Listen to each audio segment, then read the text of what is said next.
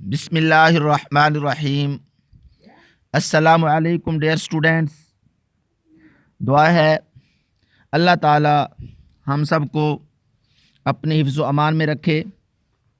आज हम second year mathematics chapter number 3, इसके अंदर टॉपिक है डेफिनिट इंटेग्रल। इसको हम डिस्कस करने जा रहे हैं। इससे पहले हम इनडेफिनिट इंटेग्रल या एंटी डेरिवेशन का टॉपिक हम पढ़ चुके हैं और उसके काफ़ी सारे क्वेश्चन जो हैं वो भी हम सॉल्व कर चुके हैं। आज हमने ये देखना है कि डेफिनिट इंटेग्रल क्या है और इनडेफिनिट इंटेग्रल से ये डिफरेंट कैसे है। तो सबसे पहले हम इसकी डेफिनेशन देखते हैं। डेफिनेशन में let f be a continuous function on closed interval ab and f dash x is equal to f of x, यानी कैपिटल f डैश जो है उसकी derivative small f of x है। then the integral given in the form as integral a to b small f of x dx is equal to capital F of x and variation from x is equal to a to x is equal to b, यानी ये जो a है ये आपने bottom पे समझना है और ये जो b है इसको आपने टॉप पे समझना है। इसकी जो कीमत है ये है आपके पास f of b minus f of a, यानी f of b minus f of a जो है बेसिकली ये एक नंबर आएगा।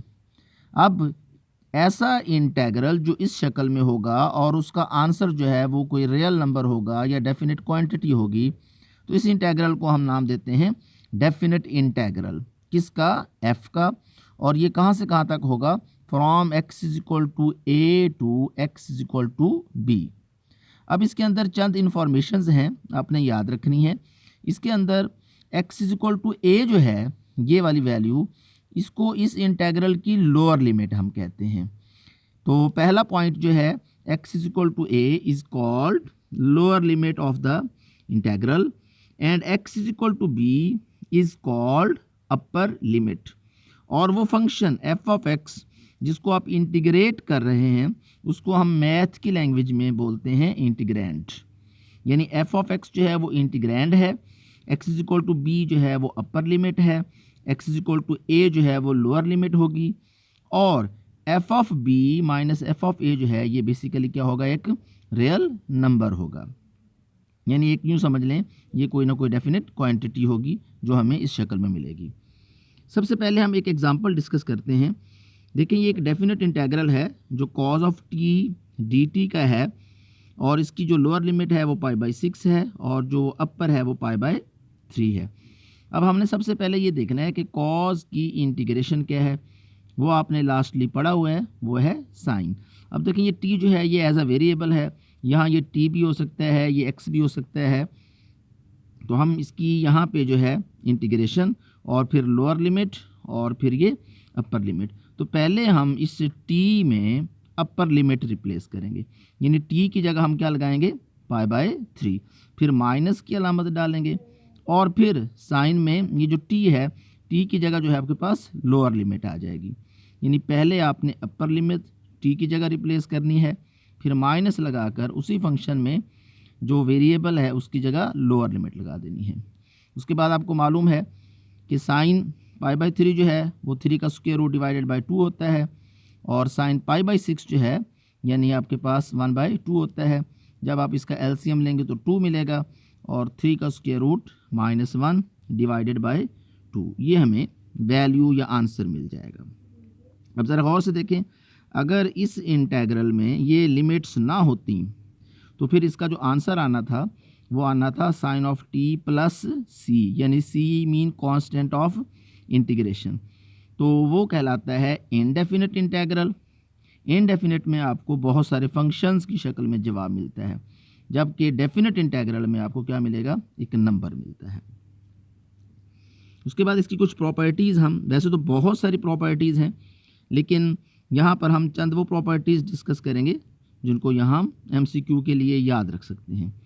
तो सबसे पहली प्रॉपर्टी क्या है कि अगर लोअर लिमिट और अपर लिमिट सेम होंगी तो उस इंटीग्रल का जो आंसर आएगा वो 0 होगा। ये पहली प्रॉपर्टी है।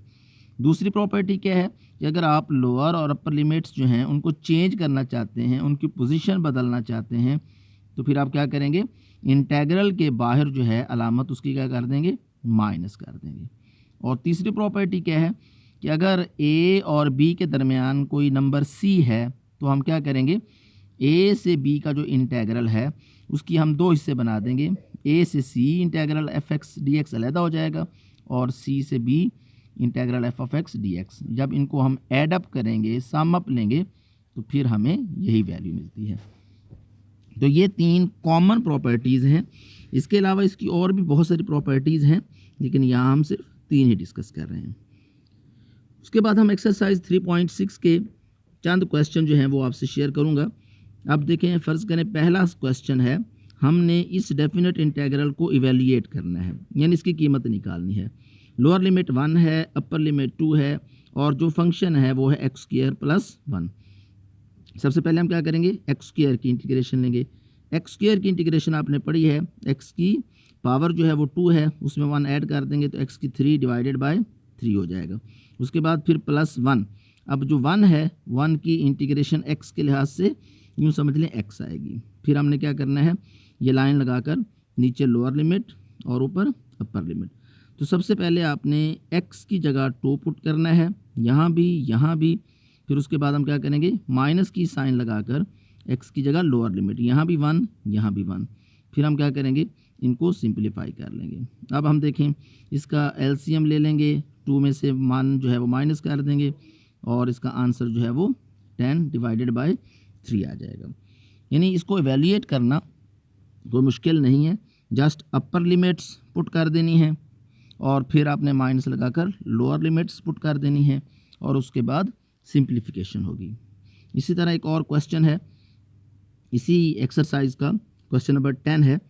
हमने इस इंटीग्रल को इवेल्युएट करना है, 0 से 3 में हमें वैल्यू दी है और D x divided by x का स्क्वायर प्लस 9। तो सबसे पहले हम क्या करेंगे, इस इंटीग्रल को एक्स स्क्वायर प्लस ए स्क्वायर की शक्ल में लिख लेंगे। यानी आपने एक फार्मूला पढ़ा होगा पीछे कि 1 divided by x square plus A square का जो इंटीग्रल है यानी इंटीग्रेशन है, उसका फार्मूला है 1/a tan इनवर्स x/a। अब तो यहाँ पर हम क्या लिखेंगे, जो x है ये देख लेंगे स्क्वायर की शक्ल में है, प्लस जो a है वो 3 की शक्ल में है, तो एक्स स्क्वायर प्लस a का स्क्वायर। तो हम क्या लिखेंगे, 1/3 tan inverse x/3। Lower limit 0, upper limit 3। तो सबसे पहले हम यहाँ x की जगह 3 पुट करेंगे तो ये वैल्यू आ जाएगा 3 डिवाइडेड बाई 3, 1 हो जाएगा। तो यहाँ से tan इनवर्स बच जाएगा 1 की शक्ल में, फिर माइनस लगाएंगे और फिर हम x की जगह 0 लगाएंगे, 0 डिवाइडेड बाई 3 ये 0 हो जाएगा। अब tan इनवर्स 0 जो है वो 0 होता है और tan इनवर्स 1 जो है वो π/4 होता है। तो यहाँ से हमारे पास ये π/4 को हम 1/3 से जब मल्टीप्लाई करेंगे तो ये पाई डिवाइडेड बाय 12 हो जाएगा। यानी इस तरह जो है हम डेफिनेट इंटीग्रल के और भी क्वेश्चंस सॉल्व कर सकते हैं। इसके लिए जो शर्त है, जो इंटीग्रेशन है जिसको आपने एंटी डेरिवेटिव का नाम भी दिया है, उसके जो फार्मूलाज हैं वो सारे फार्मूलाज जो हैं हमने याद करने हैं।